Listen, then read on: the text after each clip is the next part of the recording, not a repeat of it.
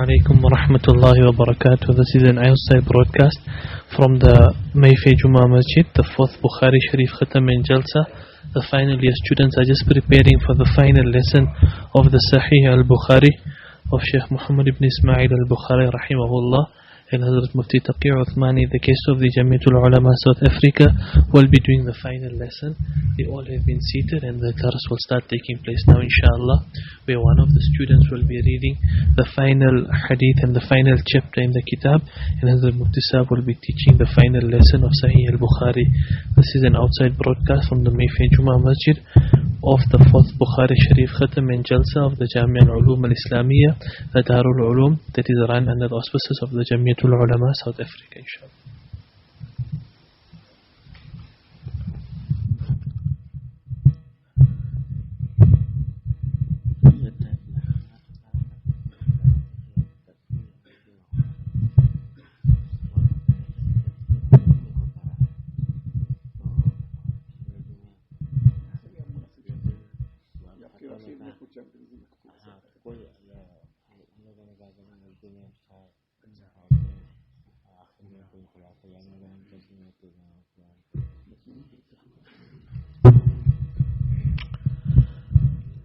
بسم اللہ الرحمن الرحیم الحمد للہ رب العالمین والصلاة والسلام علی سیدنا و مولانا محمد خاتم النبیین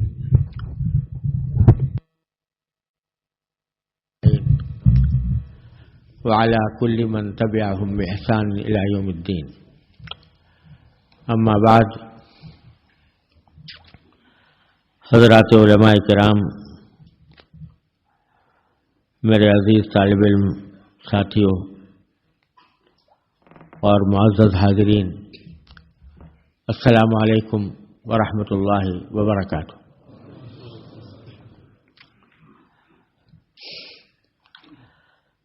یہ میرے لیے بڑی سعادت اور خوش قسمتی کا موقع ہے کہ آج اس مبارک جامعۃ العلوم الاسلامیہ میں صحیح بخاری کے آخری درس اور ختم بخاری کی مجلس میں مجھے شرکت کی دعوت دی گئی اور اللہ تبارک و تعالی نے اس کے اسباب بھی پیدا فرما دیے. اللہ تبارک و تعالی اس جامعہ کو، اس کے منتظمین کو، اس کے اساتذہ کرام اور تمام طلباء کو صدق و اخلاص کی دولت سے مالا مال فرما کر ان کی خدمات کو اپنی بارگاہ میں شرف قبول عطا فرمائے.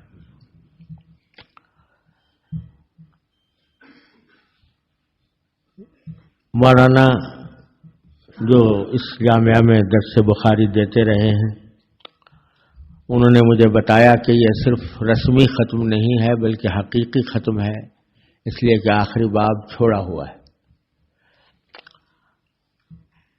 تو میں اپنی نااہلی کے باوجود بزرگوں کے حسن ظن کی بنیاد پر میں نے یہ دعوت قبول کی اور انشاءاللہ اب اس کا درس شروع ہوگا. شروع ہونے سے پہلے اس بارے میں لوگوں کی رائیں مختلف تھیں کہ یہ ختم بخاری کا درس اور اس کا بیان اردو میں ہو یا انگریزی میں ہو. بعض حضرات کا خیال تھا کہ سامعین کی اکثریت اردو زبان نہیں سمجھے گی، لہذا بیان انگریزی میں ہونا چاہیے. دوسرے بعض حضرات کا کہنا یہ تھا کہ ختم بخاری کا مزہ انگریزی میں نہیں آتا، اس کا جو صحیح لطف ہے اور اس کی جو صحیح روح ہے وہ شاید اردو زبان ہی میں بہتر طریقے سے ادا ہو سکے گی. خود میرے لیے بھی آسانی اس میں ہے، لیکن بعد میں یہ خیال ہوا کہ دونوں باتوں کو اس طرح جمع کیا جائے کہ اصل درس تو اردو میں ہو جائے، اس کے بعد اس کا خلاصہ یا اس کے اہم مضامین وہ انگریزی میں بھی بیان کر دیے جائیں۔ اگر اس موقع پر مجھے ہمت ہوئی تو انشاءاللہ میں ہی بیان کر دوں گا، اور اگر ہمت نہ ہوئی تو انشاءاللہ مجمع میں بہت سے اہل علم موجود ہیں، ان میں سے کوئی اس کا خلاصہ انشاءاللہ عرض کر دے گا۔ بہرحال اللہ تبارک و تعالی اس مجلس کو ہم سب کے لیے مبارک اور مسعود فرمائے۔ صحیح بخاری کا درس شروع کرنے سے پہلے مجھے خیال یہ ہوا کہ میں اپنے ان عزیز طلباء کو جو الحمدللہ اس سال دورہ حدیث کی تکمیل کر رہے ہیں ایک تحفہ پیش کروں، اور وہ تحفہ ہے حدیث مسلسل بالاولیہ کا۔ یہ ایک ایسی حدیث ہے جس کو حدیث الرحمہ بھی کہا جاتا ہے، اور حضرت سفیان ابن عیینہ رحمۃ اللہ علیہ کے وقت سے ہم تک یہ سلسلہ جاری رہا ہے کہ جب کوئی شخص کسی حدیث کے استاد کے پاس حدیث پڑھنے کے لیے جاتا تو وہ استاد اس کو سب سے پہلے یہ حدیث پڑھاتے تھے، اسی لیے اس کو حدیث مسلسل بالاولیہ کہا جاتا ہے۔ اور ہمارے اکابر اور مشائخ اس بات کا اہتمام کرتے رہے ہیں کہ اس تسلسل میں ان کی شمولیت کی برکت ان کو حاصل ہو، کیونکہ یہ اس امت محمدیہ علی صاحب الصلاۃ والسلام کے عشق کا ایک انداز ہے کہ حضور نبی کریم سرور دو عالم صلی اللہ علیہ وسلم کی احادیث کو صرف الفاظ ہی کو نہیں، صرف معنی ہی کو نہیں، بلکہ اس انداز کو بھی محفوظ رکھنے کی کوشش کی ہے جس انداز سے آپ نے وہ بات ارشاد فرمائی۔ تو اس قسم کی احادیث کو مسلسل احادیث کہا جاتا ہے، اور یہ احادیث مسلسلہ میں سے ایک حدیث ہے جو مجھے سب سے پہلے سن 1963 میں، یعنی آج سے تقریباً 50 سال پہلے مسجد حرام میں شیخ حسن مشاط مکی مالکی رحمۃ اللہ علیہ بڑے درجے کے بزرگ تھے، سب سے پہلے میں نے ان سے یہ حدیث پڑھی تھی۔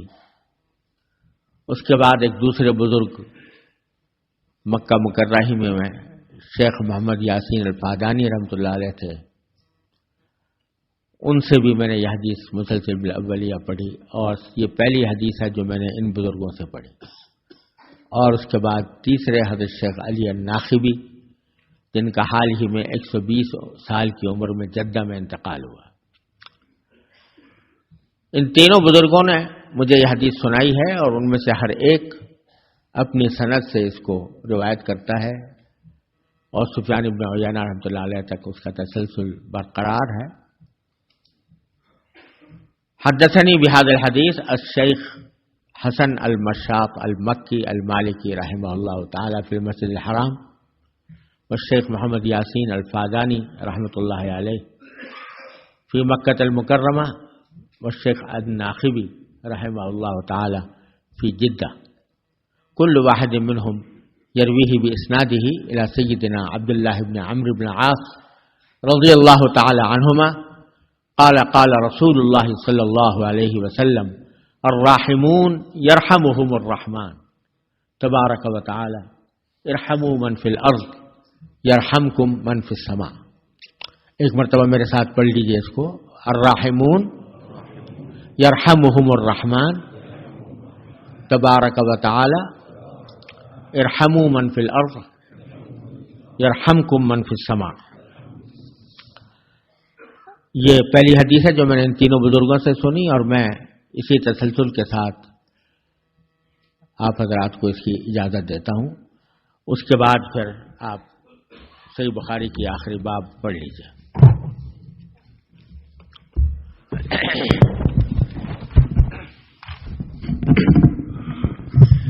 بسم الله الرحمن الرحيم. باب قول الله تعالى: ونضع الموازين القسط ليوم القيامة وأن أعمال بني آدم وقولهم يوزن.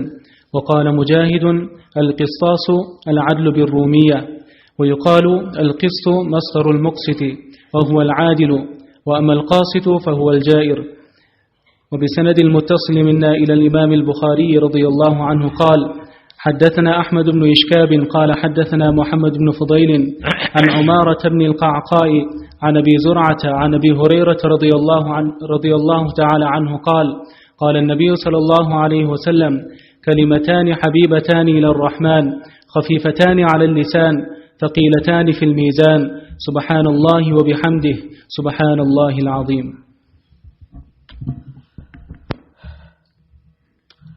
بسم اللہ الرحمن الرحیم. الحمد للہ رب العالمین والصلاة والسلام علی رسولہ الکریم وعلی آلہ واصحابہ اجمعین. اما بعد. یہ صحیح بخاری کا آخری باب ہے جس پر امام بخاری رحمۃ اللہ علیہ نے اپنی اس کتاب کو تکمیل تک پہنچایا. اور جیسا کہ آپ حضرات صحیح بخاری کے درس کے دوران پڑھتے چلے آئے ہوں گے کہ اللہ تبارک و تعالیٰ نے امام بخاری کو اس کتاب کی تالیف میں اور اس کی ترتیب میں اپنی خاص توفیق سے نوازا، اور انہوں نے جو ابواب کے تراجم یا عنوانات قائم فرمائے ہیں اس میں بڑے اہم پہلوؤں کو مد نظر رکھا ہے. یہاں بھی ایسا ہی ہے کہ اول تو اپنی کتاب کو سارے ابواب دین مکمل کرنے کے بعد کتاب التوحید پر ختم کیا ہے. حالانکہ کتاب التوحید کا اصل تقاضا یہ تھا کہ وہ کتاب الایمان کا حصہ ہوتی، لیکن امام بخاری رحمۃ اللہ علیہ نے اس کو آخر میں کتاب التوحید قائم کر کے دو باتوں کی طرف بظاہر اشارہ فرمایا. ایک تو یہ کہ ایمان کا ایک ایجابی پہلو ہے اور ایک سلبی پہلو ہے. ایمان میں جس طرح ایجابی پہلو یہ ہے کہ اللہ پر ایمان لاؤ، اللہ کی کتابوں پر ایمان لاؤ، اللہ کے پیغمبروں پر ایمان لاؤ، اور اللہ تبارک و تعالیٰ کی صفات پر ایمان لاؤ، اسے ملائکہ پر ایمان لاؤ، اس کی تقدیر پر ایمان لاؤ. وہاں اس کا سلبی پہلو یہ ہے کہ غلط باتوں کا اعتقاد نہ کرو. صحیح باتیں تمہارے اعتقاد کا لازمی حصہ ہونی چاہیے اور ان پر تمہارا ایمان ہونا چاہیے، اور غلط عقیدے، غلط باتیں، غلط افکار، ان کی تمہارے طرف سے تردید بھی ہونی چاہیے کہ ہم ان عقیدوں سے بری ہیں. یہی وجہ ہے کہ جب ہم کلمہ توحید پڑھتے ہیں تو کیا کہتے ہیں؟ لا الہ الا اللہ. تو اصل مقصود تو ہے اللہ جل جلالہ کی توحید کا اس بات، لیکن اس کو شروع کیا جاتا ہے ما سوا کی نفی سے، کہ اللہ کے سوا کوئی معبود کے لائق نہیں، عبادت کے لائق نہیں، ہم تنہا اسی کو اپنا معبود مانتے ہیں. تو اسلام دونوں چیزوں کے مجموعے کا نام ہے، صحیح بات کا اقرار اور غلط بات کی نفی. تو کتاب الایمان میں صحیح بات کے اعتقاد کی تفصیل بیان فرمائی گئی. ان باتوں پر ایمان لانا ضروری ہے، اور جب ان باتوں پر ایمان لاؤ گے تو پھر نبی کریم سرور دو عالم محمد مصطفیٰ صلی اللہ علیہ وسلم نے جتنی تعلیمات زندگی کے متعلق عطا فرمائی ہیں ان سب پر بھی ایمان لانا ہوگا، ان سب کو بھی درست ماننا ہوگا. چنانچہ اس کے لیے پھر طہارت سے لے کر اور فرائض تک تمام ابواب دین اس میں آ گئے. جب یہ سب کچھ بیان ہو چکا کہ یہ صحیح عقائد ہیں تو آخر میں کتاب التوحید کے ذریعے ایمان کا سلبی پہلو کہ کون سے عقیدے ایسے ہیں کہ جن سے پرہیز کرنا ہے، جن کو نہیں ماننا، جن کی نفی کرنی ہے، کتاب الرد علی الجہمیہ اور کتاب التوحید اس کا نام رکھ کر ان کی تردید فرمائی کہ یہ تو تھا صحیح. اب تک کتاب الایمان سے لے کر کتاب الفرائض اور کتاب الوصایا تک جتنی باتیں تھیں، کتاب الاعتصام بالکتاب والسنہ تک جتنی باتیں تھیں، وہ تو تھی ایمان کے ایجابی پہلو. ان پر ایمان لانا ہے، ان پر عمل کرنا ہے. اور اب آخر میں سلبی پہلو ہے کہ ان سے بچنا ہے، ان کی تردید کرنی ہے، کتاب الرد علی الجہمیہ اور کتاب التوحید. ایک تو یہ وجہ ہے کہ آخر میں لے کر آئے. دوسری وجہ یہ ہے کہ حضرت امام بخاری رحمۃ اللہ علیہ اپنی کتاب کو توحید پر ختم کر کے شاید اس بات سے فعال لینا چاہتے ہیں، فعال نیک، کہ من کان آخر کلامہ لا الہ الا اللہ دخل الجنہ. جس کا آخری کلمہ لا الہ الا اللہ ہو وہ جنت میں داخل ہوگا. حضور اقدس صلی اللہ علیہ وسلم نے بشارت دی ہے. تو انہوں نے چاہا کہ ہماری کتاب بھی توحید پر ختم ہو، جو لا الہ الا اللہ کی ایک تعبیر ہے. اس طرح کتاب التوحید. پھر اس کتاب التوحید میں بھی اس باب پر اپنی کتاب کو ختم فرمایا جس میں اعمال کے وزن کرنے کا ذکر ہے. باب قول اللہ تعالی وَنَضَعُ الْمَوَازِينَ الْقِسْطَ لِيَوْمِ الْقِيَامَةِ. اللہ تعالیٰ فرما رہے ہیں کہ قیامت کے دن ہم ترازویں قائم کریں گے، انصاف کی ترازویں. اس کے ترجمے دو ہو سکتے ہیں، نضع الموازین القسط. ایک تو کہا گیا ہے کہ قسط بدل ہے موازین سے، جس کے معنی یہ کہ وہ میزانیں سراپا انصاف ہوں گی. اور بعض حضرات نے کہا کہ یہ القسط جو ہے مفعول لہو ہے نضع کا، یعنی وہ ترازو ہم اس لیے قائم کریں گے تاکہ اس کے ذریعے انصاف قائم ہو قیامت کے دن. تو اللہ تبارک و تعالی فرما رہا ہے کہ قیامت کے دن ہم انصاف کی ترازویں قائم کریں گے اور اس میں بنی آدم کے اعمال کو تولا جائے گا.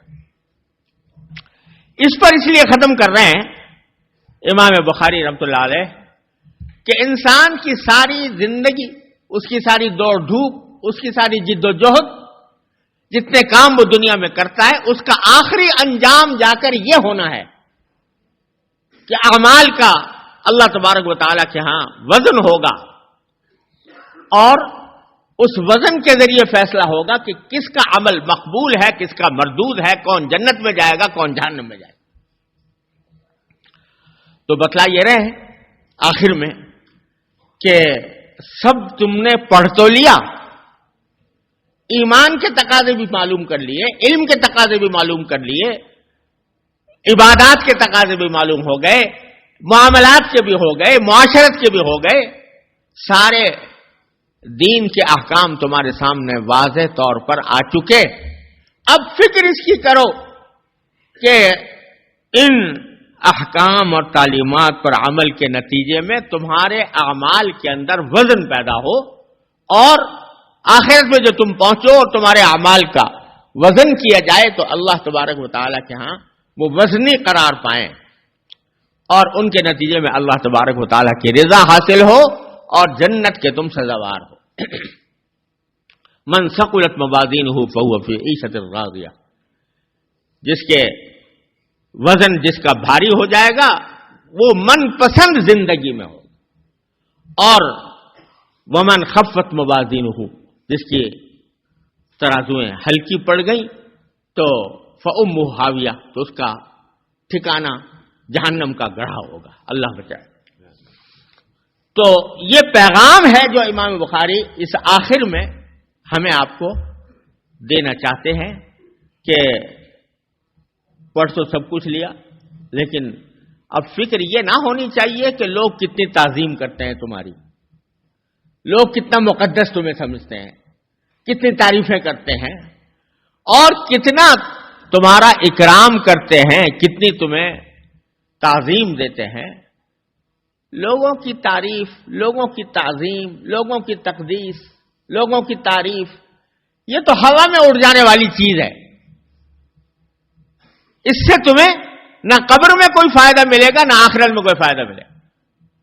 فرض کرو کہ ساری دنیا تمہارے اوپر تعریف کے ڈونگرے برسائے اور تمہیں بڑا علامہ کہے، تمہارے علم کی، تمہارے فضل کی، تمہاری تقریروں کی، تمہاری تحریروں کی وہ تعریف کرے، لیکن قبر میں پہنچ کر تمہاری پٹائی ہو، الیاذ باللہ، اور آخرت میں جب تم پہنچو تو تمہارے اعمال مکھی کے پر کے برابر بھی وزن نہ رکھتے ہوں، تو کیا فائدہ اس تعریف کا؟ کیا فائدہ اس تعظیم اور تکریم کا؟ کیا فائدہ لوگوں کے اندر شہرت ہو جانے کا؟ اگر اللہ تبارک و تعالیٰ کے ہاں پہنچنے کے بعد تمہارے اعمال میں کوئی وزن پیدا نہ۔ اور حدیث تو پڑھی ہوئی ہے آپ سب حضرات نے کہ عالم کو بلایا جائے گا، پوچھا جائے گا کہ تو نے کیا عمل لے کر آیا؟ وہ کہے گا کہ میں اللہ تیرے علم کو حاصل کیا، تیرے علم کو پڑھایا، تیرے علم کی تبلیغ کی، تیرے علم کی دعوت دی، تیرے علم کی تعلیم کی۔ تو باری تعالیٰ فرمائیں گے کہ تو نے یہ سارا کام تو اس لیے کیا تھا تاکہ تجھے بڑا علامہ کہا جائے، تاکہ تیری تعریف ہو، تاکہ لوگ تجھے بزرگ سمجھیں۔ فقد قیل، یہ کام دنیا میں ہو گیا، لوگوں نے تجھے تعریف بھی کر دی، تجھے بڑا علامہ بھی قرار دے دیا، تو اب یہاں کیا لینے آیا؟ لہذا اللہ بچائے، اللہ تعالی ہم سب کو اس انجام سے محفوظ رکھے۔ حدیث میں آتا ہے کہ اس کو پکڑ کر جہنم میں ڈال دیا جائے۔ امام بخاری رحمۃ اللہ علیہ یہی فرما رہے ہیں کہ میری کتاب پڑھ کر تم عالم بن جاؤ گے، تمہیں سند حاصل ہو جائے گی، تمہیں دنیا بڑا علامہ کہے گی، اور دنیا کے سامنے جاؤ گے تو خدا کے لیے یہ بات نہ ہو کہ تم نے جو کچھ کیا وہ مخلوق کو راضی کرنے کے لیے کیا، جو کچھ کیا وہ مخلوق میں شہرت حاصل کرنے کے لیے کیا، بلکہ اپنے اعمال میں وزن پیدا کرو۔ اور اعمال میں وزن کیسے پیدا ہوگا؟ تو اس کے لیے میری پہلی حدیث دیکھ لو جہاں سے میں نے کتاب کا آغاز کیا تھا۔ وہ کیا ہے؟ کیا ہے وہ؟ انما الاعمال بالنیات۔ تمام اعمال کا دار و مدار نیتوں پر ہے۔ اگر نیت اللہ تعالیٰ کو راضی کرنے کی ہے تو چھوٹا سا عمل بھی اللہ تبارک و تعالیٰ کے ہاں بہت وزن رکھتا ہے۔ اور اگر اللہ تعالیٰ کو راضی کرنے کی نیت نہیں ہے، مخلوق میں مقبولیت حاصل کرنا مقصود ہے، شہرت حاصل کرنا مقصود ہے، لوگوں کی تعریفیں کمانا مقصود ہے، اللہ کی رضا مقصود نہیں، تو بڑے سے بڑے اعمال بھی اللہ کے ہاں پرے کاف کے برابر وزن نہیں رکھتے۔ لہذا کوشش اس کی کرو کہ اخلاص پیدا ہو تمہارے اندر، تمہارے عمل میں اخلاص ہو، جو کام کرو اللہ کے لیے کرو۔ اللہ کے لیے کرو گے تو پھر اس کا وزن ہوگا۔ اللہ کے لیے کیسے ہوتا ہے؟ اللہ کے لیے کس طرح ہوتا ہے؟ حضرت مولانا شاہ محمد اسماعیل شہید رحمۃ اللہ علیہ وہ واز فرمایا کرتے تھے، اور واز فرماتے ہوئے ایک ایک واز میں سینکڑوں افراد حضرت کے ہاتھ پر توبہ کیا کرتے تھے، بدعات سے، شرک سے، کفر سے۔ یہ تاثیر اللہ نے عطا فرمائی۔ کیسے عطا فرمائی؟ میں نے اپنے والد ماجد حضرت مولانا مفتی احمد شفیع صاحب رحمۃ اللہ علیہ سے یہ واقعہ سنا کہ حضرت مولانا محمد اسماعیل شہید رحمۃ اللہ علیہ جامع مسجد دہلی میں واز فرمایا، اور وہ واز ایسا تھا کہ گھنٹوں جاری رہا، پتہ نہیں کتنے دن۔ جب واز ختم ہو گیا تو حضرت واز سے فارغ ہو کر جامع مسجد کی سیڑھیوں سے نیچے اترنے لگے، اتر رہے تھے تو دیکھا کہ ایک شخص بہت بھاگتا ہوا آ رہا ہے، مسجد کی سیڑھیوں پر چل رہا ہے، اس کا سانس پھولا ہوا ہے، جلدی پہنچنے کی فکر میں ہے. اسے جب لوگوں کو سیڑھیوں سے نیچے اترتے ہوئے دیکھا تو پوچھا کیا مولوی اسماعیل کا واز ختم ہو گیا؟ تو انہوں نے کہا ہاں بھائی ختم ہو گیا. کہا انا للہ، میں تو اتنے میل سے دور سے حضرت مولانا اسماعیل صاحب کا واز سننے کے لیے آیا تھا، افسوس ہے کہ میں نہ سن سکا. حضرت نے اس کی بات سنی تو ہاتھ پکڑا، کہا کہ تم واز سننے کے لیے آئے تھے؟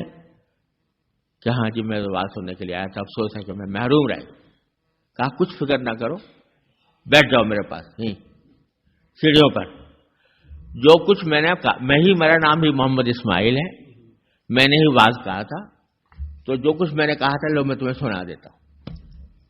پورا واز وہیں اکیلے آدمی کو بیٹھ کے سنا دیا. لوگوں نے منظر دیکھا تو بعد میں کہا کہ حضرت آپ نے بھی کمال کیا کہ ایک آدمی کی خاطر آپ نے پورا اتنا لمبا چوڑا 1 گھنٹے کا واز ایک آدمی کی خاطر لوٹا دیا. تو فرمایا کہ بھائی میں نے تو پہلے بھی ایک ہی کے لیے کہا تھا، میں تو پہلے بھی ایک ہی لیے کہا تھا، اب بھی ایک ہی کے لیے کہا. میری نظر میں اتنا بڑا مجمع اور ایک آدمی میں کوئی فرق نہیں، وہ بھی ایک ہی کے لیے تھا، اللہ کے لیے تھا، اور یہ بھی اللہ کے لیے.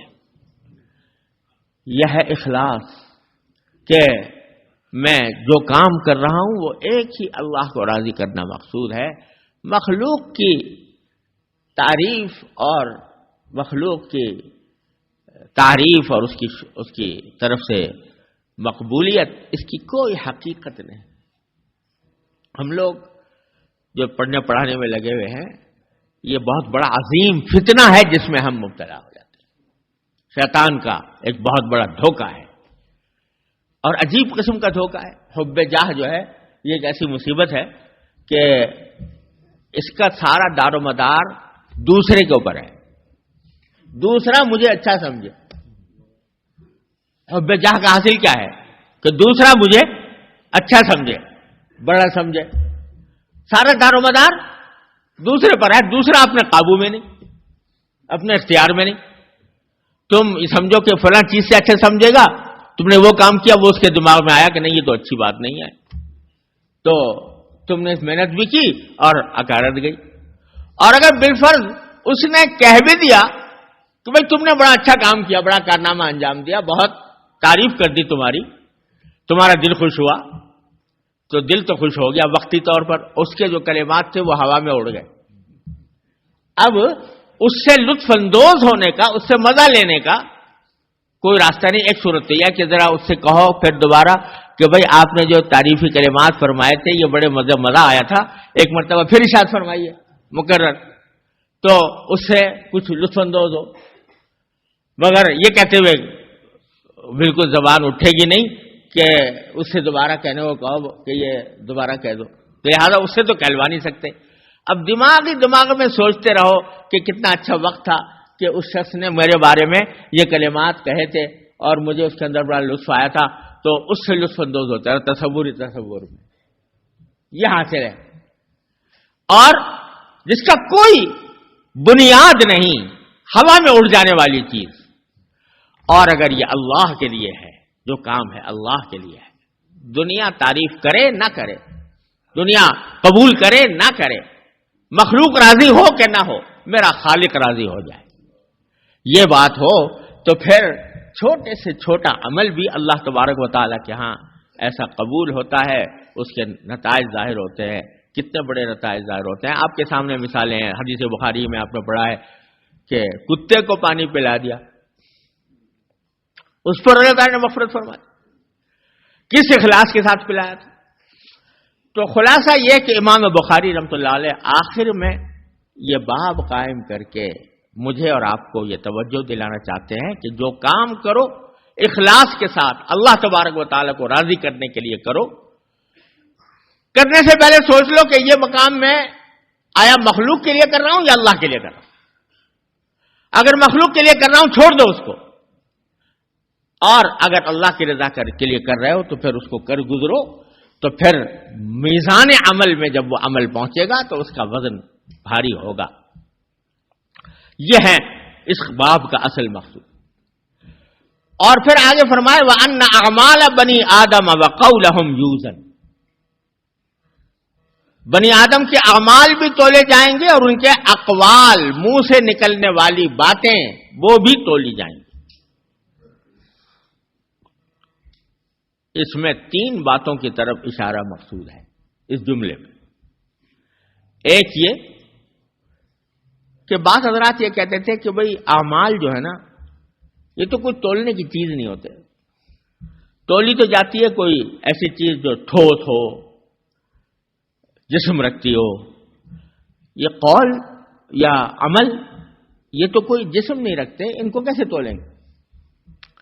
چنانچہ انہوں نے تعبیریں شروع کر دی کہ یہ جو قرآن کریم میں ذکر آیا ہے اعمال کے وزن کا، تو اعمال کا وزن مراد نہیں ہے بلکہ اعمال کے صحیفوں کا وزن مراد ہے. صحیفے تولے جائیں گے یعنی نامہ اعمال. کسی نے کہا نہیں، آدمی ہی کو تولا جائے گا اور اس عمل کی وجہ سے آدمی کا وزن گھٹ جائے گا یا بڑھ جائے گا. امام بخاری ان سب کی تردید کرتے ہوئے کہتے ہیں نہیں، اعمال ہی تولے جائیں گے. اور جو اللہ اعمال کی تخلیق پر قادر ہے وہ اعمال کے وزن کرنے کا کوئی طریقہ اختیار کرنے پر بھی قادر ہے. اگر آج کی سائنس حرارت کو تول سکتی ہے اور برودت کو تول سکتی ہے، ٹھنڈک کو تول سکتی ہے، ہواؤں کو تول سکتی ہے، کلمات کو تول سکتی ہے، فریکوینسیز کا تعین کر سکتی ہے، تو پھر اللہ تعالیٰ کیا اعمال کو تو نہیں تول سکتے؟ اعمال ہی تولے جائیں اور قول بھی تولا جائے گا. ایک تو اس طرف اشارہ کر دیا ان لوگوں کی تردید کرتے. دوسرے یہ فرما دیا کہ اعمال تولے جائیں گے، اقوال بھی تولے جائیں گے. لہذا قول بھی ایسی چیز ہے کہ بے سوچے سمجھے کوئی بات منہ سے نکالنی نہیں چاہیے. اور خاص طور سے مجھے ایسا لگتا ہے کہ شاید حضرت امام بخاری رحمۃ اللہ علیہ پر اللہ تعالیٰ نے منکشف فرمایا تھا کہ بھئی تمہاری کتاب پڑھ کے لوگ عالم بنا کریں گے. تو جب عالم بنیں گے تو ان کا قول ہی آگے چلے گا، جس کے ذریعے وہ آگے تدریس کریں گے، درس دیں گے، تعلیم کریں گے، تبلیغ کریں گے، دعوت کریں گے، وعظ کریں گے. تو اس لیے اشارہ اس طرف کر دیا کہ اب تم جا رہے ہو میدان عمل میں اور وہاں تمہیں اپنے قول کے ذریعے اور اپنے عمل کے ذریعے لوگوں کو دعوت و تبلیغ کرنی ہوگی. تو خوب سمجھ لو تمہاری ایک ایک بات جو تمہارے منہ سے نکل رہی ہے وہ تلے گی اللہ تعالیٰ کی. اور یہ بہت بڑی عظیم نصیحت ہے جو امام بخاری رحمۃ اللہ علیہ فرما رہے ہیں، اس واسطے کہ بسا اوقات انسان اپنے اعمال کو تو کسی درجے میں ٹھیک کر لیتا ہے، دیندار ماحول میں رہتا ہے، نماز پڑھتا ہے، روزہ رکھتا ہے وغیرہ وغیرہ، لیکن باتیں منہ سے ایسی باتیں نکل جاتی ہیں جو اللہ بچائے جہنم میں لے جانے والی ہے. یہ زبان ایسی چیز ہے جس سے بے شمار گناہ ہوتے ہیں.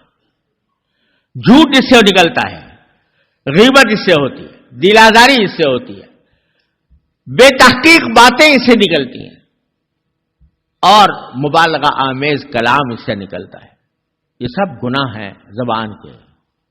اور ایک حدیث میں رسول کریم صلی اللہ علیہ وسلم کا ارشاد ہے کہ انسانوں کو جہنم میں اوندھے منہ گرانے والی کوئی چیز اتنی خطرناک نہیں ہے جتنی انسان کی زبان.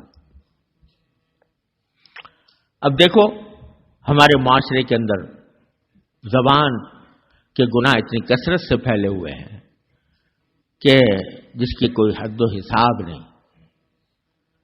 جو بات کہیں سے سنی آگے روانہ کر دی تحقیق کیے بغیر کہ یہ صحیح ہے یا غلط.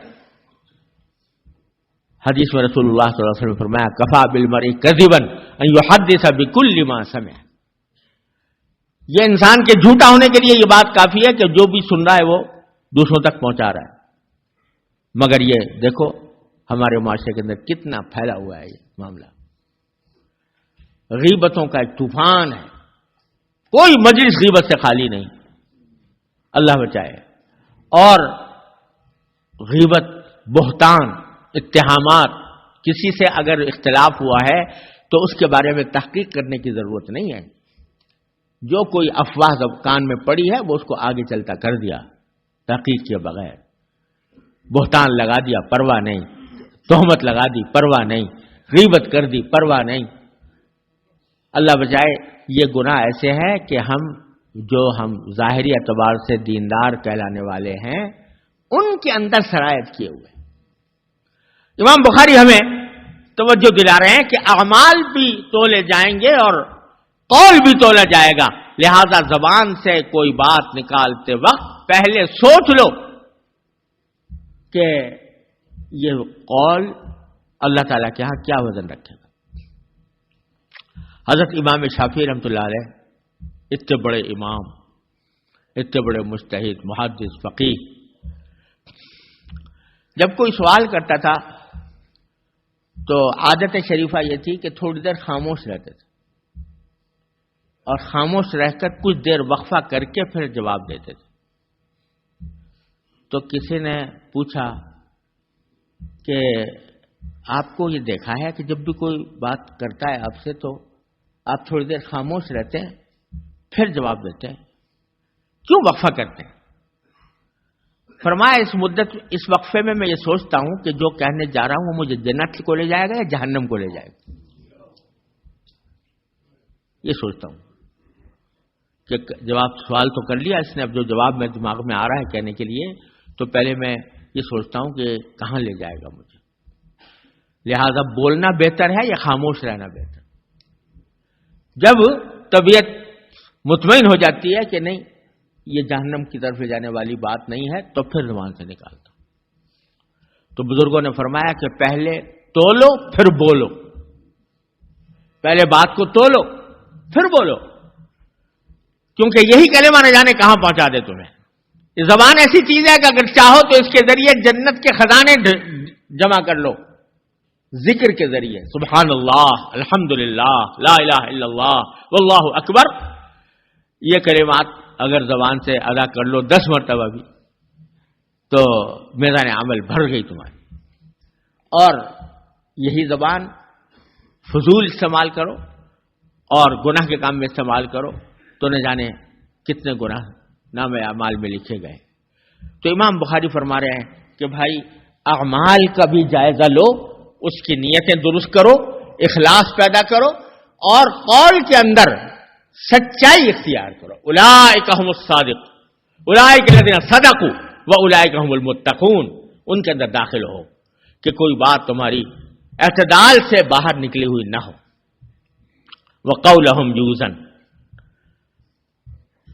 اگر اتنا ہی سبق ہم لے لیں کہ اعمال میں اخلاص کی فکر ہو جائے، قول ہمارا وہ تلا ہوا ہو، حق کی میزان میں تلا ہوا ہو اور گناہوں سے محفوظ رہنے کا اس کے اندر اہتمام ہو، تو ساری بخاری کا پڑھنا ایک طرف اور یہ اس درس کے اوپر عمل کر لینا ایک طرف.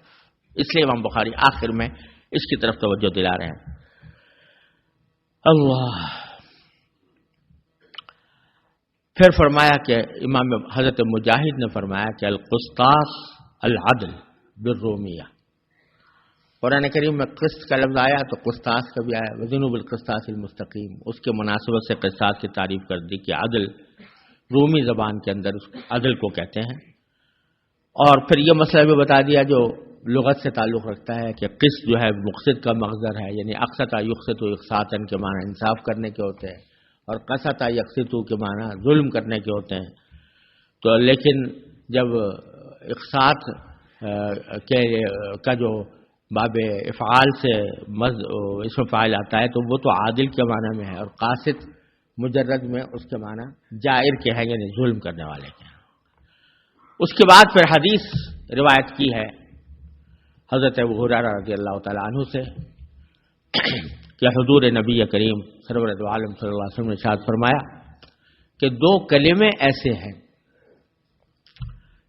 کلمتان حبیبتان الی الرحمن. 2 کلمے ایسے ہیں جو رحمان کو محبوب ہیں، رحمان کو محبوب ہے.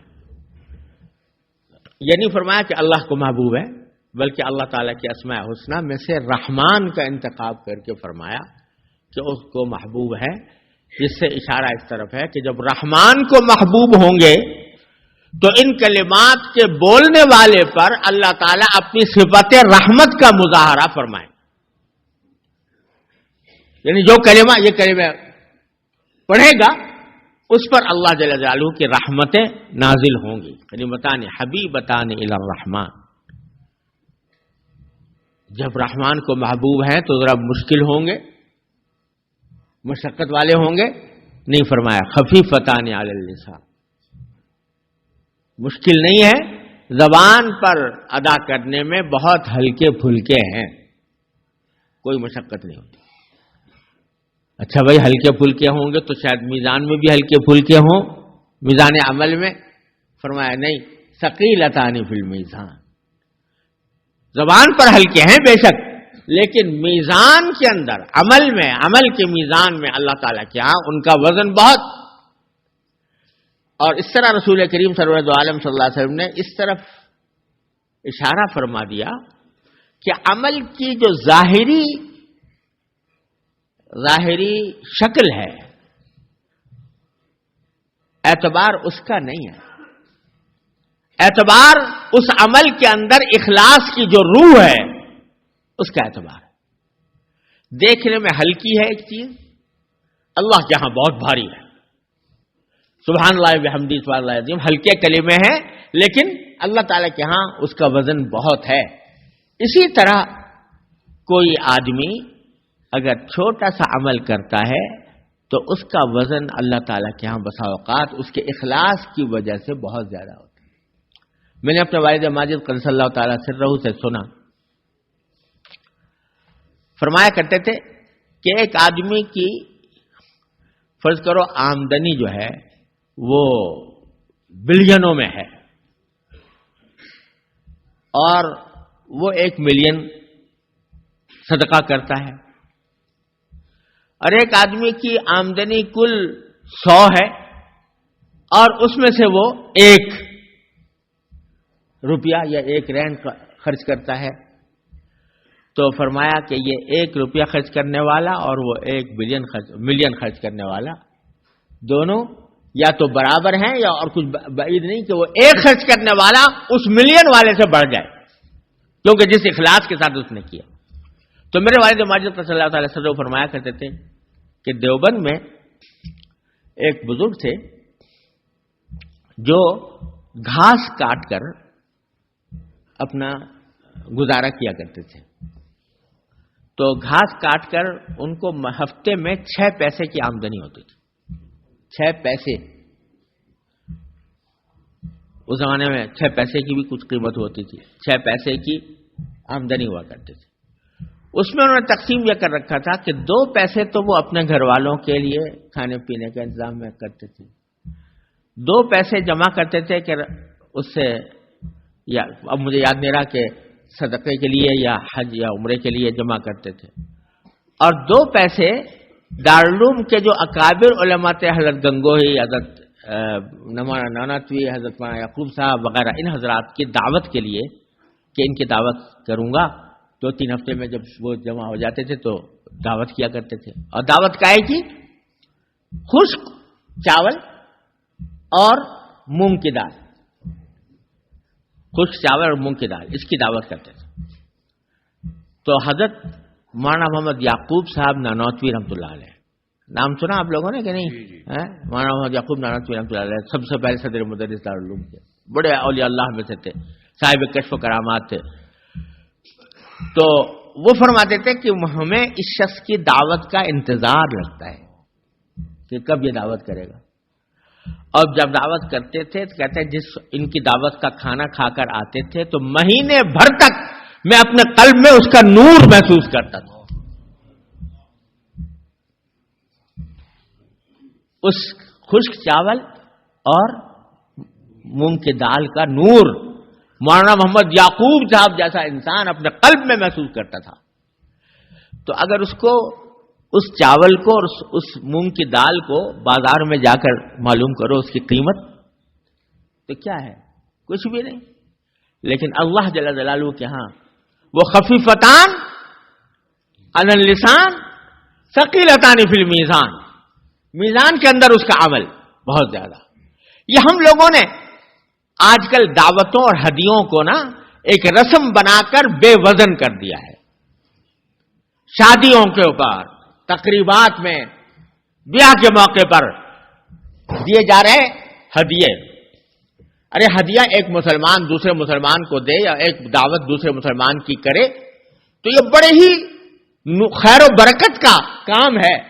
حضور اقدس صلی اللہ علیہ وسلم نے فرمایا تہادوا تحابوا، ایک دوسرے کو ہدیہ دیا کرو، محبتیں پیدا ہوں گی، بڑا ثواب ہے.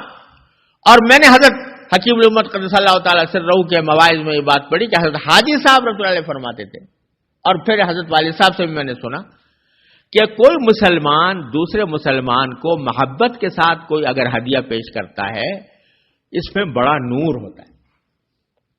اور یہ فرمایا کرتے تھے انسان کے جتنے ذرائع آمدنی ہیں اس میں سب سے زیادہ بابرکت ذریعہ ایک مسلمان کا محبت والا ہدیہ ہے.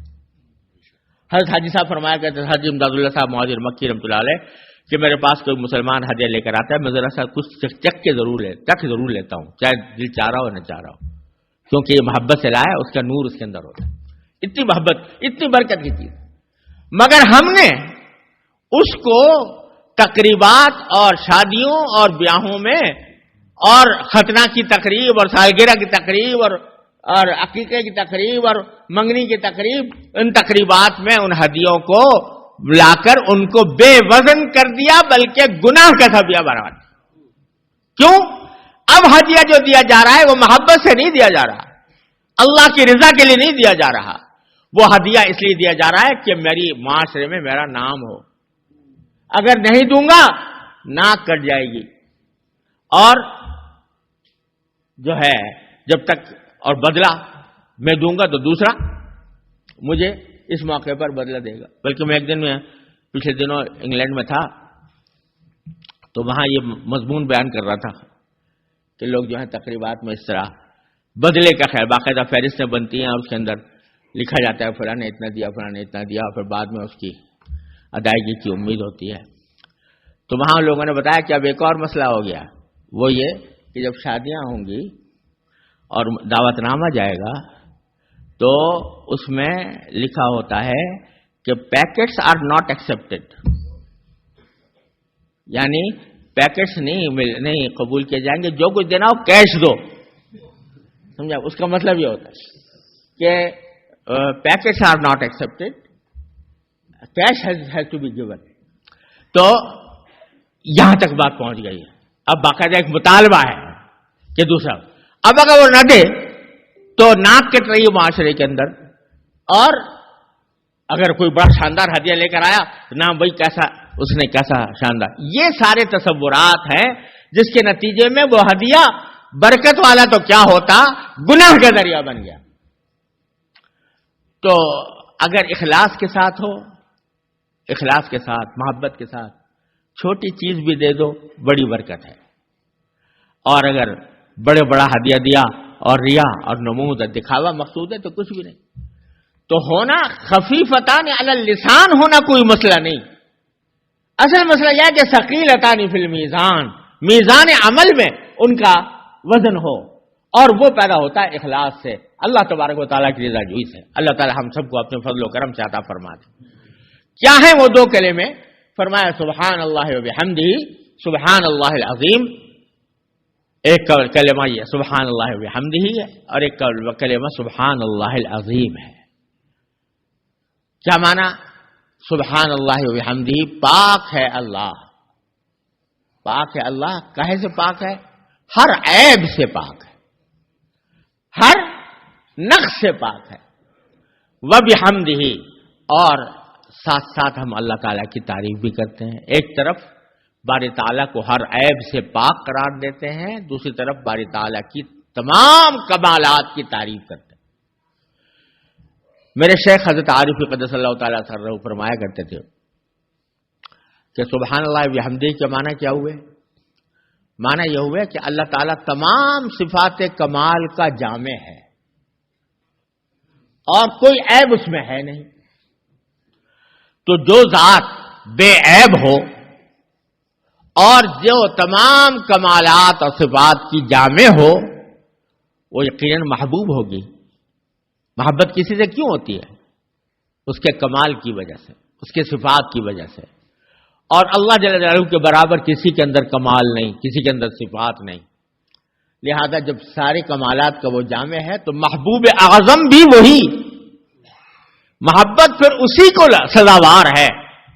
تو اگر سبحان اللہ وبحمدہ کا کلمہ سمجھ کر پڑھا جائے اور کثرت سے پڑھا جائے تو انسان کے دل میں اللہ جل جلالہ کی محبت پیدا ہوگی.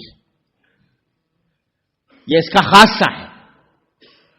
اور محبت وہ چیز ہے کہ جو مشکل سے مشکل کام کو آسان بنا دیتی ہے.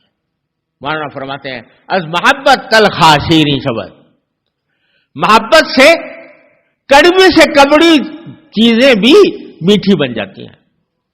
ماں کو بچے سے محبت ہے تو سردی میں جاڑے میں وہ تکلیفیں اٹھاتی ہے.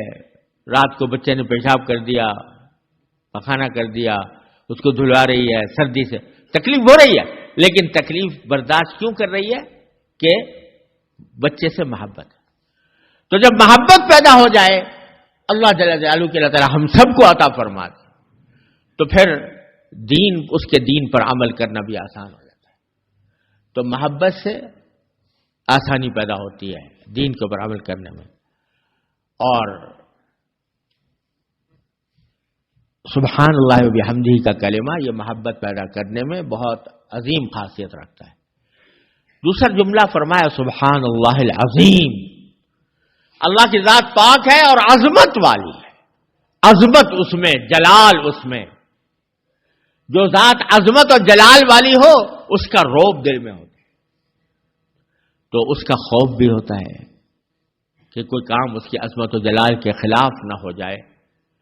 تو یہ خوف دل میں پیدا. تو جو کلمہ سبحان اللہ العظیم کثرت سے پڑھے گا اس کے دل میں اللہ تعالیٰ کی کا خوف بھی ہوگا. سبحان اللہ وبحمدہ سے اللہ تعالیٰ کی محبت، سبحان اللہ العظیم سے اللہ تعالیٰ کا خوف. اور جب دونوں چیزیں جمع ہو جاتی ہیں، محبت بھی اور خوف بھی، تو اسی کا نام خشیت ہے. خشیت اس کو کہتے ہیں، محبت اس ڈر کو جو محبت سے پیدا ہوتا ہے وہ خشیت ہے. اور انما یخشی اللہ من عبادہ العلماء، اللہ سے خشیت رکھنے والے وہی ہیں جو سمجھ رکھتے ہیں، جو علم رکھتے ہیں، جو جانتے ہیں کہ اللہ جل جلالہ کی عظمت کا کیا تقاضا ہے، اس کی محبت کا کیا تقاضا ہے. لہذا یہ آخر میں یہ کلمات جو ہیں یہ خشیت پیدا کرنے والے امام بخاری بتا گئے ہیں. اور وہی در حقیقت خشیت علم کا نشان ہے. مانا فرماتے ہیں مانا رومی خشیت اللہ را نشان علم داں آیت یخشی اللہ در قرآن بخاں، کہ یہ خشیت جو اللہ تعالیٰ کی یہ علم کی نشانی ہے. اگر علم ہوگا تو خشیت بھی ہوگی، خشیت ہوگی تو ضرور علم بھی ہوگا. یہ لازم و ملزوم ہے.